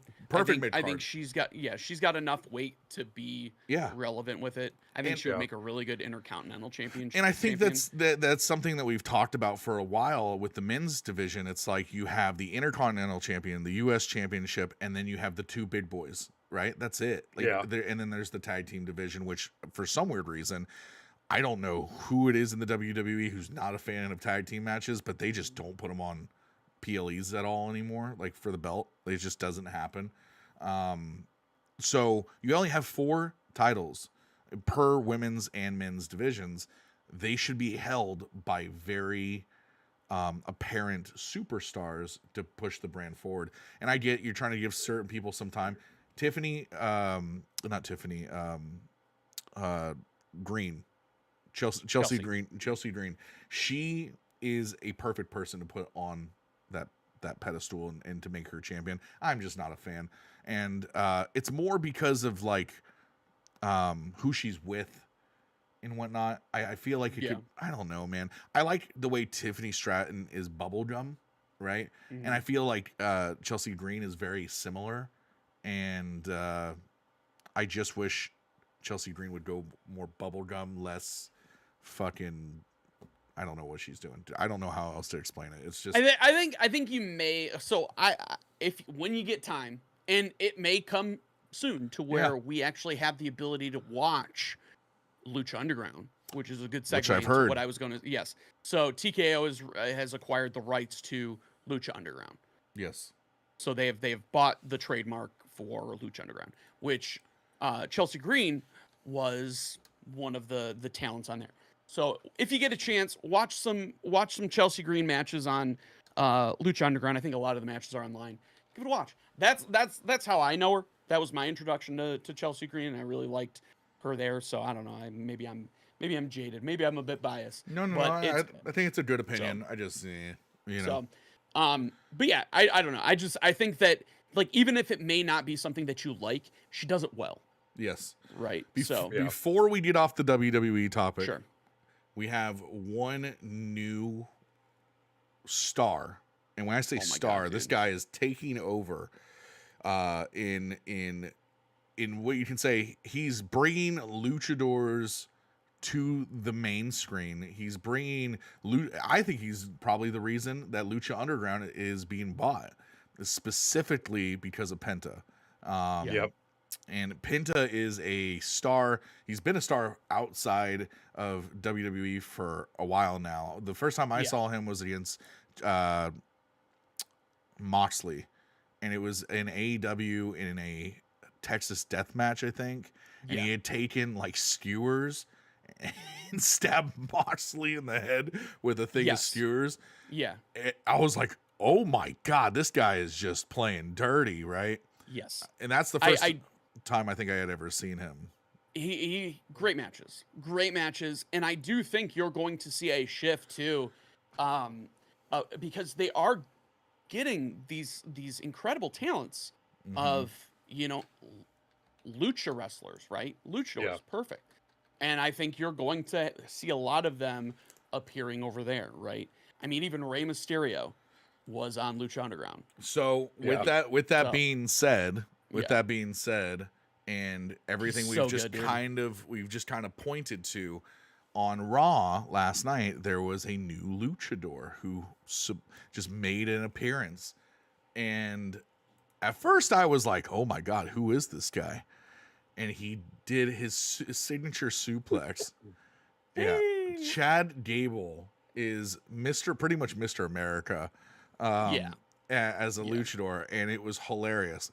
But with that yes, being said, over the weekend, I believe it was announced through the underground that TKO had signed, and I could be wrong about this. Maybe it's just rumors, but there was a signing of Rey Fenix, the tag team partner for Penta, yeah, through the WWE, which would allow the Lucha Bros to get back together. So yes, I don't know when I'm maybe on WrestleMania, maybe that they're yeah. leading up to WrestleMania for I the mean, we have a few people that we're waiting on. yeah. That one Yeah, is a very special one. So I'm pumped. I think listen, I think WWE is being smart with snatching up these premier talents from AEW, mhm. right? They're not Oh afraid yeah. at this point because I do think that for a little bit they were kind of keeping at an arm's length. But then when Cody came over and CM Punk and now you have uh Penta, and we're gonna have Alistair slash Malachi Black coming back at some Mhm. point, So who knows what the thing is gonna be? And even when it comes to Chad Gable, who was on his quest for fire, so to speak, he was told that he needs to be Lucha in order to beat Lucha, Yeah. right? So who is teaching him? Who's teaching him Lucha? That's a question. That's interesting. That Yeah. Hmm. Chad Gable does not get enough respect, man. He doesn't. I think he's great. Yeah. So that kind of catches us up to where we are currently in the world of pro wrestling, at least on the WWE side. Yeah. And I'm excited to see in weeks coming, next Tuesday when we're here, I'm excited to break down what we've seen on SmackDown and Raw. But Yep. until next time, we're gonna switch gears and we're gonna talk about the UFC. We're gonna talk. We're not gonna get too crazy because we're coming off. There wasn't really a lot of crazy in this. Well, and there wasn't, and there's some hypotheticals. The cool thing about pro wrestling is you can go and you can really derail the thing into months ahead. Where with the UFC, I have a few things that I could kind of derail and talk about for the future, Yeah. but inevitably, and this is what we talk about in the live format when we're watching the reaction to the event, is that MMA math does not make sense, right? Nope. It almost makes as much sense as pro wrestling math. It really does. But it's harder to dream of these dream matches in MMA or boxing because especially in boxing because there's politics, but in MMA because MMA math means people get shut down, and when they get shut down they don't continue storylines. They stop in their tracks. That is it, and it becomes unfun in that area. That's the sad part. So we will talk about we're just going to talk about the main card because I think there's enough right there to kind of touch on the Speaking of the freaking main card, holy crap. This is what's so interesting about the UFC is you can kind of going into the main card, you can kind of see what the atmosphere's been like, what the fights have been like. If it's more of a night where it's all knockouts and whatnot, I feel like the fighters have a lot of pressure on them to perform.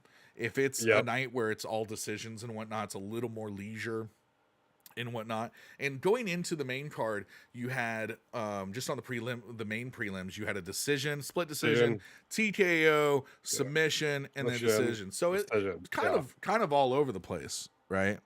But our first fight of the main card. Now we're getting settled in. Me and Van Dam are getting settled in. We're talking. We're just chit chatting back and forth with each other. Yeah, and Mauricio Rufy versus King Green. Now I'm going. Okay, yeah. Now Mauricio Rufy is part of the Fighting Nerds, was what they call them. Kyle, this is a little bit. They're called the Fighting Nerds. It's a big group out of Brazil. Yeah, and they all walk around with these taped up glasses that they wear to every event, and the whole freaking group was at this fight, right? Yes. And Mauricio Rufy is part of that Fighting Nerds group, and he's everybody loves him. Yeah, he's on the rise. He's got a great record, and King Green he's an MMA vet. He's very experienced from all hell. Yeah, and he's I believe he was coming off I can't remember if he was coming off a loss. I believe so. I think. Yeah, I can't remember. Was it Patty Pimblett? Was that who it was? He just lost to Patty the Batty. Yeah, I think that's what it was. But other than that, his record was pretty solid and pretty well put together. And so, you start looking at it, and there's an age difference, right? And there's a reach difference. And you're going, okay. And I love the underdog in this, man. I would love to see King Green do his thing. And the entire time, Van Dam's going, dude, these MMA nerds, he's like, dude, look at them. They're all in the crowd. He's like, these guys are on the rise, right? And I'm like, they're cool. like the top fighters in their weight classes right now. Yeah, like, I'm thinking to myself, I'm like, cool, it's whatever, right? And it's the same thing with the Brazil. I'm not a Brazilian fan, man. They did the shoot to box back in the day with Anderson Silva and Machida and Shogun, and so I'm not a fan. I have my own issue with Brazilian fighters because they're so fucking good. They take over, dude. And this guy goes in, the bell rings, they're feeling each other out. Like they're tapping with each other. And I tell Van Dam specifically, I go, man, he's got this like karate Machida like stance where it's like he's literally measuring as he's measuring his like opponent. A bounce. He's literally bouncing, and he's measuring with that hand the entire time. And I'm like, we're chit chatting. We're not even not even 2 minutes in. We're just talking. And all of a sudden, Ryan said something, and it's like, dude, all hell breaks loose. He throws a right hand that looks like it's full motion. Throwing a body hook. Yeah, he's throwing a full body hook. Now it was a left hand. It was a left hand. Okay, a big looping left hook, like he was throwing to the body. Yes, and normally when you do that, you can kind of see them if there's anything to follow, any kicks to follow, or anything after that. You can kind of see a telegraph of like, okay, it's coming, right? This guy followed through with the left hook. And as he's following through, he turns it into a cartwheel kick or spinning wheel kick. Spinning wheel kick. And it lands perfectly on the guy's like temple and just knocks him out, flatlines him. Cold. Like it was a video game. like this is the first fight of the main card. And we're just like, me and Grinder, like both jaws drop, and you see us on the live, we're like, what the fuck just happened? It was amazing, but a problem at the same time because we're 2 minutes into the main card, and the main card goes for 3 hours, dude. Yeah. And so I'm watching it right now. Yeah, it is so disgusting. Even when they showed it on the replay, see, look at the same face, face, dude. It is one of the best knockouts I've ever seen, because there was no telegraphing it at all. Like you would never see that coming. It barely looked like he hit him, but that took him down. Oh yeah, threw this hook. You didn't even see like I think, okay, you're gonna throw the hook and you're just gonna kind of back up. Yeah. No, that hook and his whole body with the direction just full spinning wheel kick and just knocks him out cold. And I'm like, what the?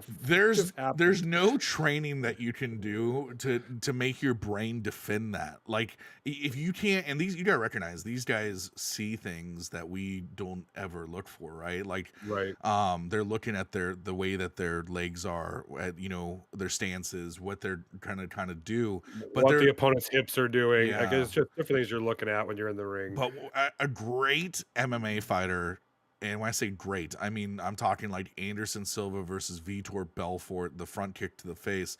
It comes out of nowhere, and you can't see it come at all. And that looping left, following it through all the way, because it could have been a punch.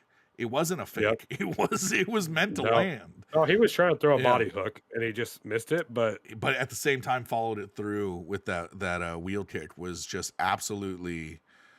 And to put on top of that, he received one of the $50,000 fight of the night bonuses. Oh, he had the to. Performance that night bonuses. And that's the thing. That's how the card started. Okay, so you're starting with that going. Yep. Oh my God, this card's amazing. But at the same time, you're like, well, the next fight, there's no way it lives up to that. And honestly, at that point, how do you make a better knockout of the night? You're going to have to reach for the fucking stars.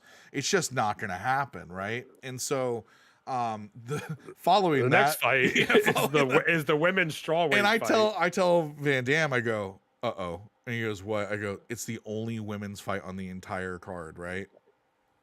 Which it doesn't happen anymore. No.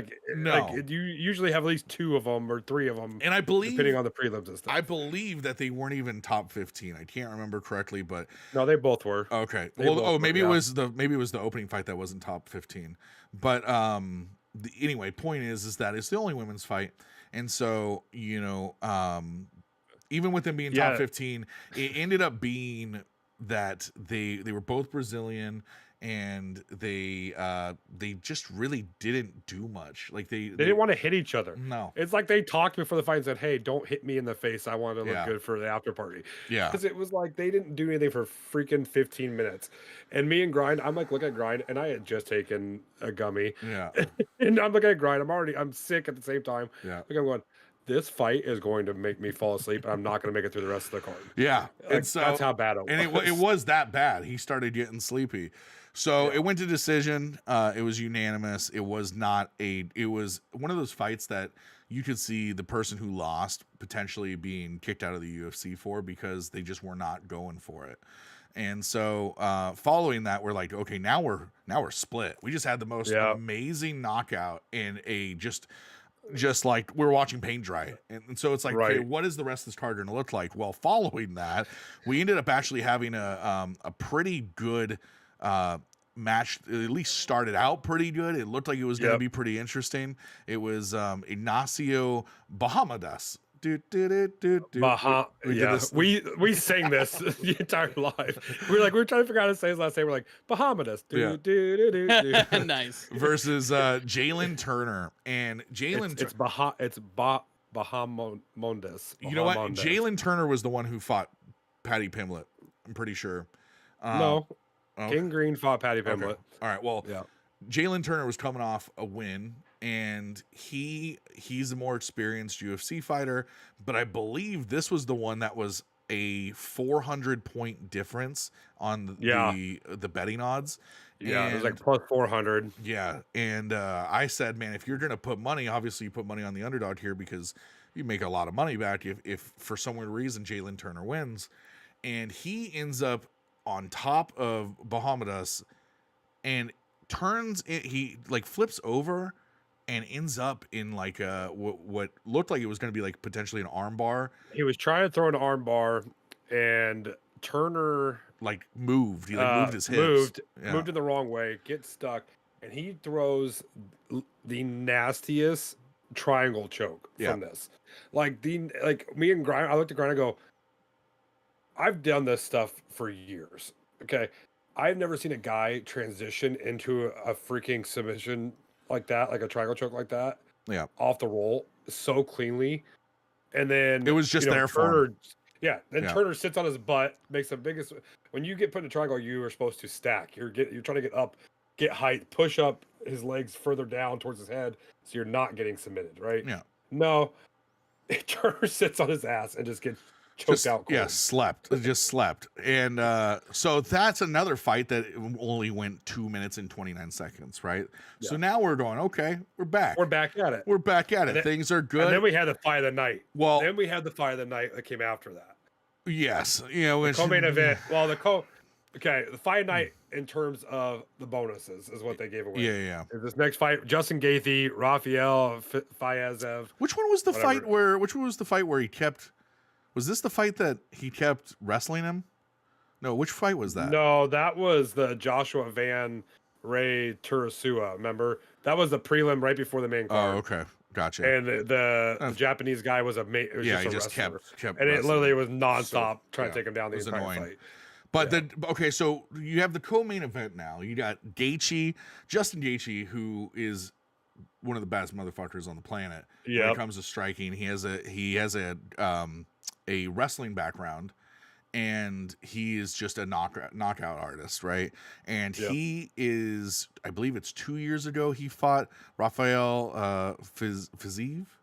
It was about 2 years ago. About 2 years ago, and he won in a very exciting fight, and now they're going for fight number 2.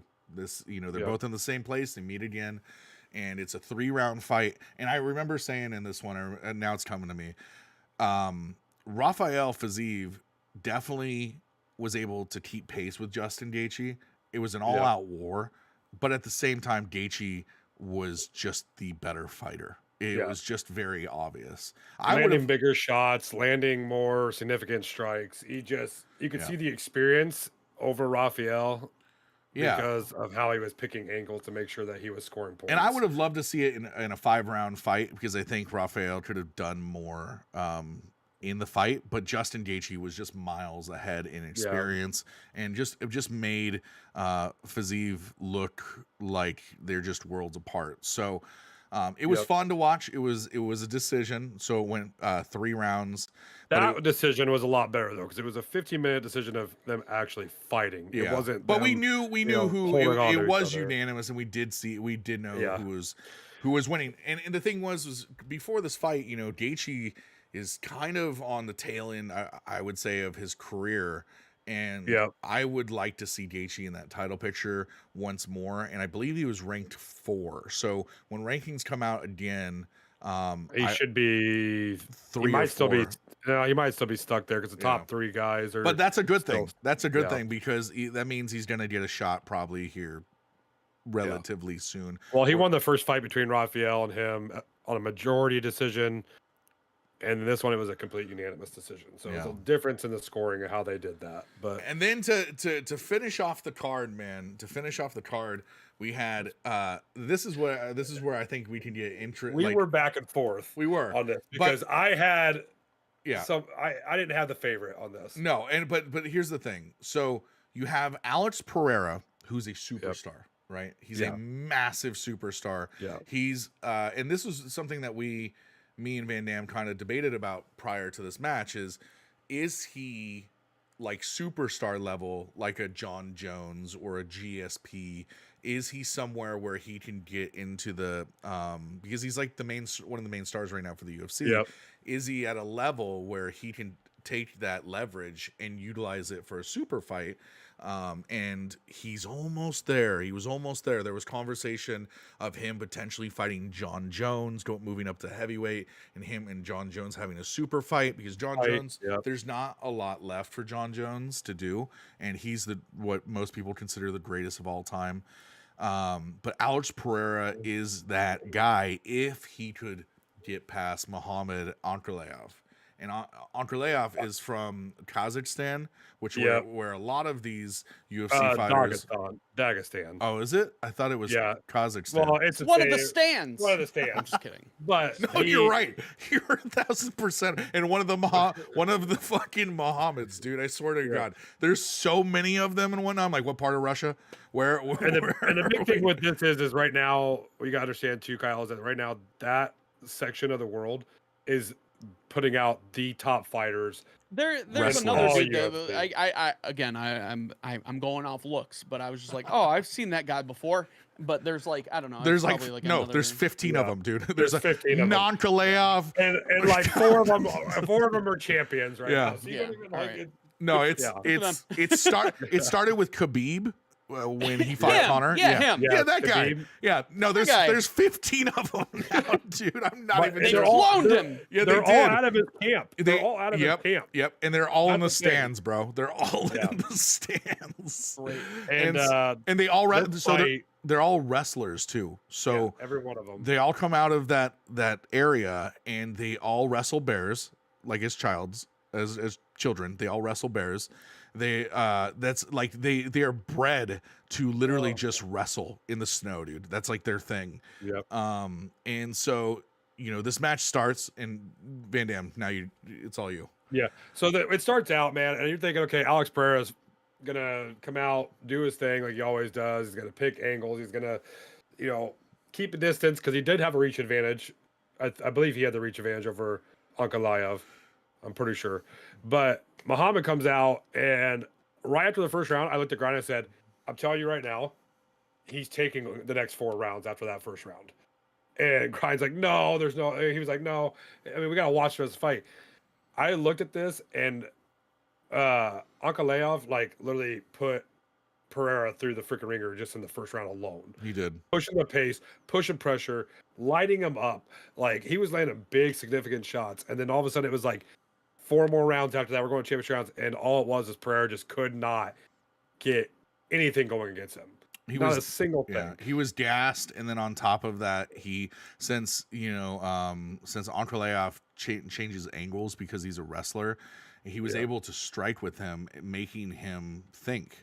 Like, and this is what happened against Conor McGregor versus Khabib Nurmagomedov, which was the fight where Khabib was able literally just Khabib. Let's be real on that. Khabib literally just made Conor look like a jackass. Well, he did, but he was able to sit Conor down because of the fact that he made Conor think about the wrestling. He made him think about the wrestling, so he actually was able to knock down Conor, which none of these guys have a ton of power because they're wrestlers. But the thing is that if they make you think enough and they take you down, they kick you, they hit you and whatnot, you don't know what angle they're coming from, and so you can't really get your motor started.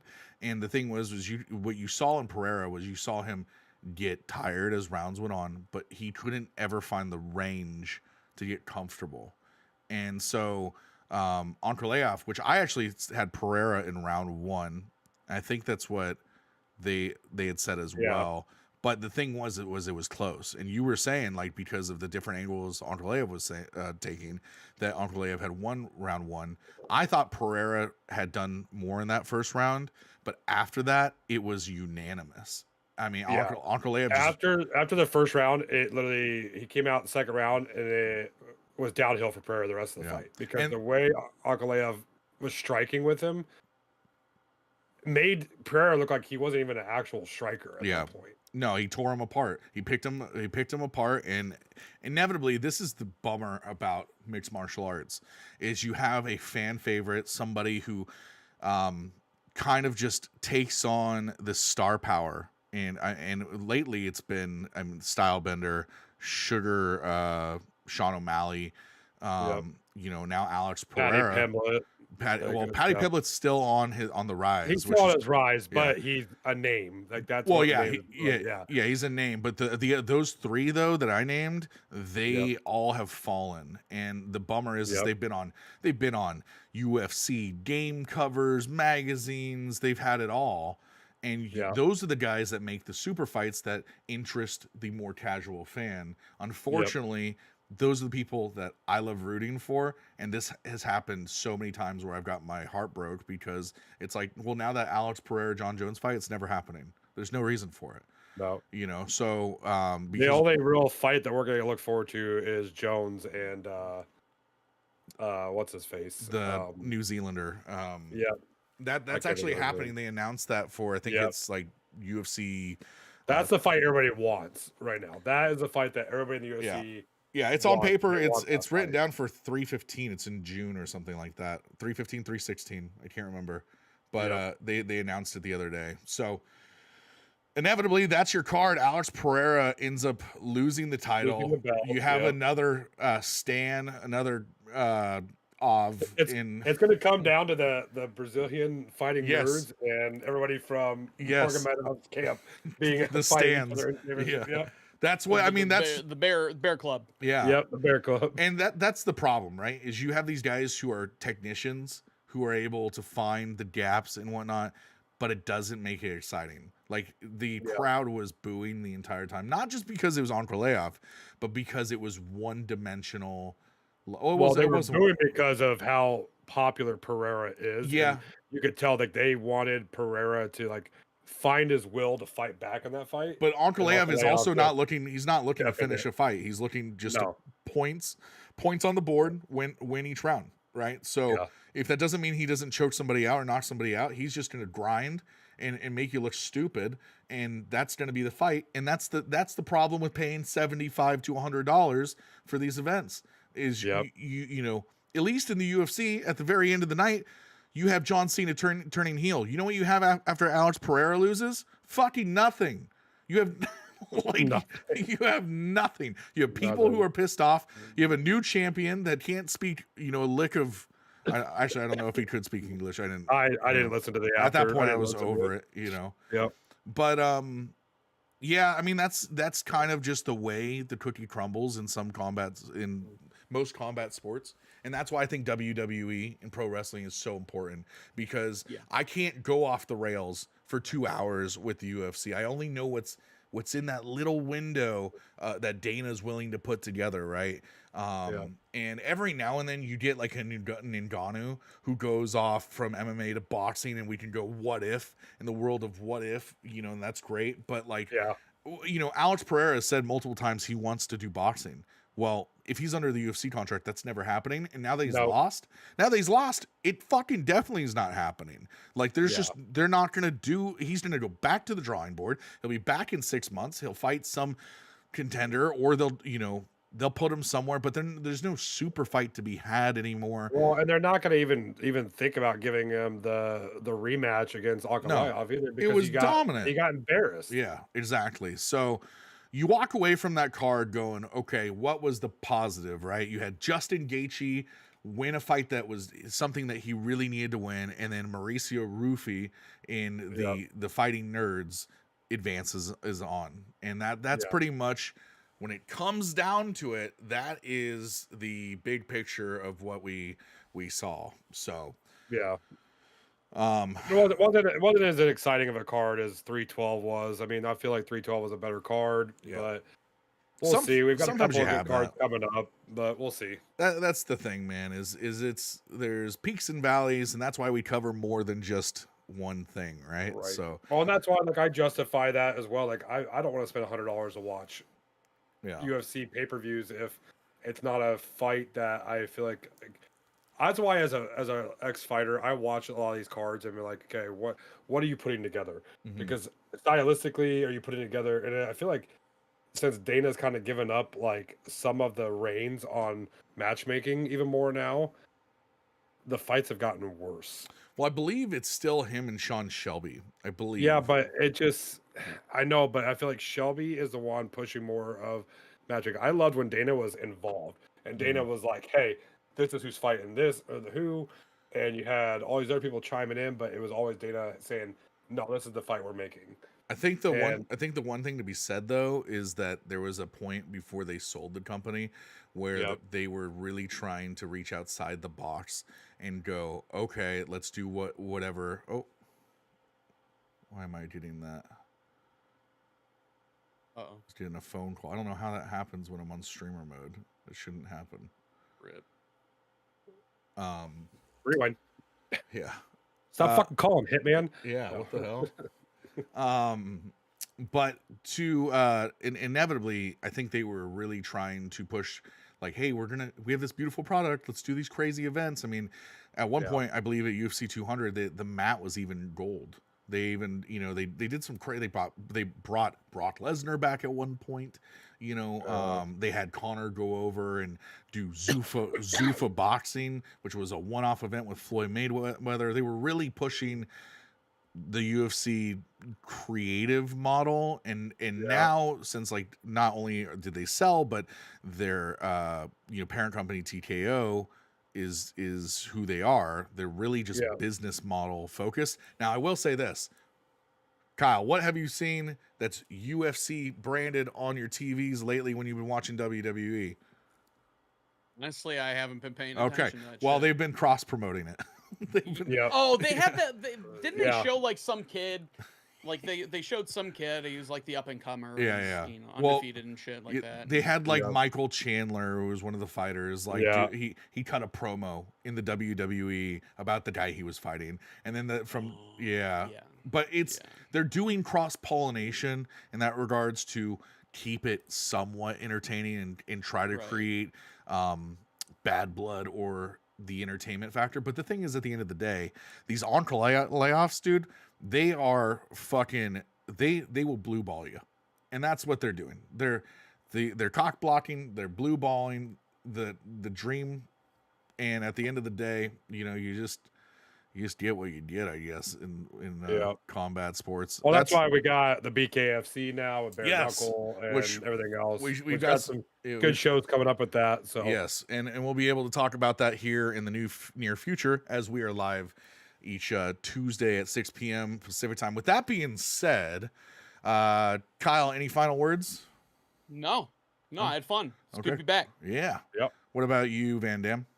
Nah, man, I'm excited to see, you know, the other shows we got coming up. Excited to see the storylines that WWE is going to start putting out here as we gear towards WrestleMania, on top of some actually decent cards coming up with the BKFC as well as the UFC's premiere shows we're going to be putting on too. So, Very man, soon. I'm excited to see what we're going to do. Awesome. With that being said, thank you for watching this live, and we will be back next week, 6 p.m. Pacific time, same place. This has been the first episode live of the Lower Midcard podcast. We'll see you next time, guys. Bye-bye. Later. Now, what button do I press? One that says stop. Oh, that would be a good one, huh?